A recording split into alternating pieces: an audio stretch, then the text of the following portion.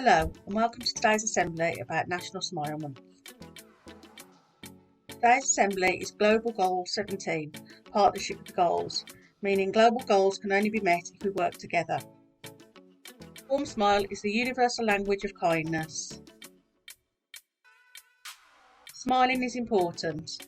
When someone smiles at you, it can make you feel happy, accepted, calm, welcome, reassured. Can you guess who's smiling?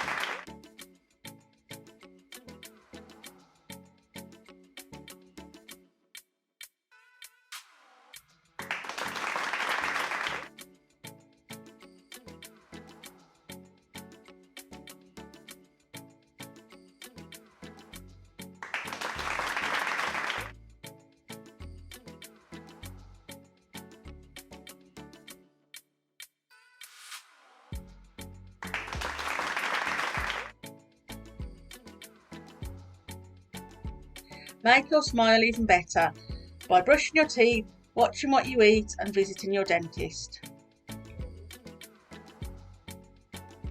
Keep smiling!